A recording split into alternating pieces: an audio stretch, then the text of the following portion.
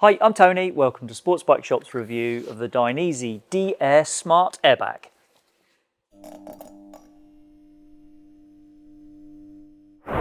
This is proof that airbag protection doesn't have to be a pain in the backside. This is a low-profile vest that uses inbuilt electronic sensors to monitor our ride, constantly comparing the data it gets to how it should look.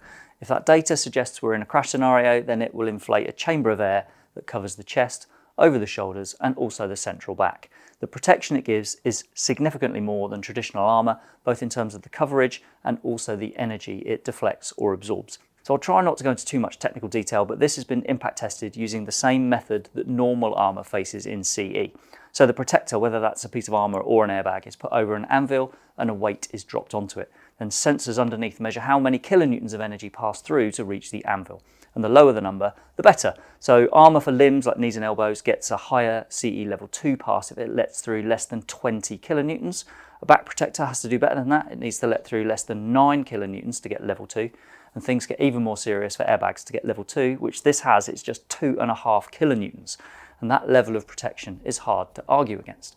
But more impressive, I would say, is how easily this slots into life on a bike. Wearing one does present some obstacles to overcome, which I will go into, but this can be worn under or over a bike jacket, and I've used it for thousands of miles without any real issues. It just sits there waiting for a normal day to become a really bad day. And if that's what happens, there's a good chance it won't be quite as bad a day as it could have been without this airbag. The D-Air Smart Air is self-contained, so there's no need to attach yourself to the bike. It's also a one-off purchase, so there's no need to attach yourself to a monthly subscription either. At a list price of $599.99 as we record this, it's a higher initial outlay than an airbag that uses the subs payment model. But if you pay a monthly sub, your total outlay on that airbag would exceed the price of this one after 2 years and 2 months. Right, let's run through what this is and how it works. It's a lightweight vest with stretchy sides and 2 expansion zips that mean each vest is 2 sizes in one. This one is a size medium with the zip on the side fastened, and it becomes a large when that zip's undone.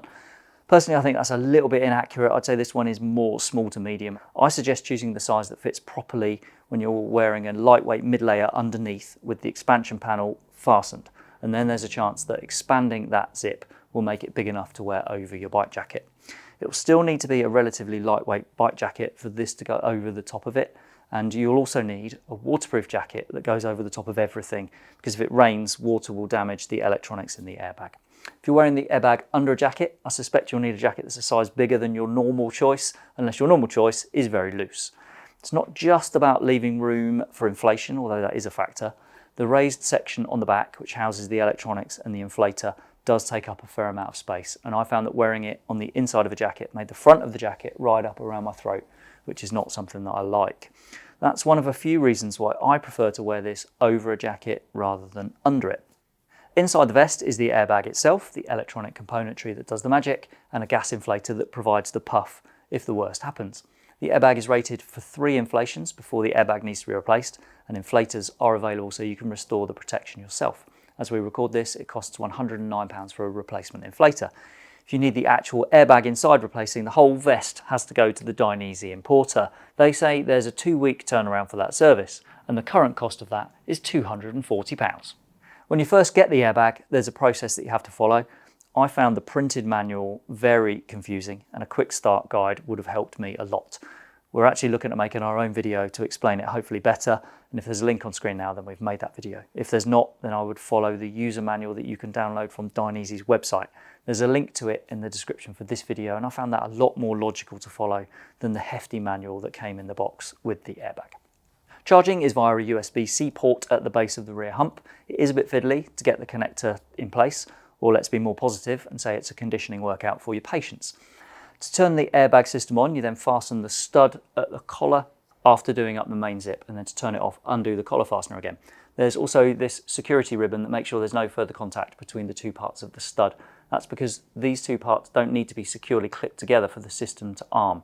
Contact alone is enough, and this ribbon eliminates any risk of that. It's best to leave the airbag switched off until you're on the bike and ready to ride, as Dainese warned that accidental deployment is possible in this state.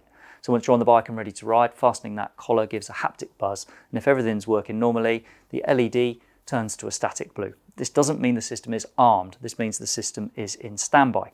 It will arm when it detects vibrations from the bike engine or once you're moving at 10 kilometers an hour, which is 6.2 miles an hour. And once it's armed, the LED on the front will turn into a steady green.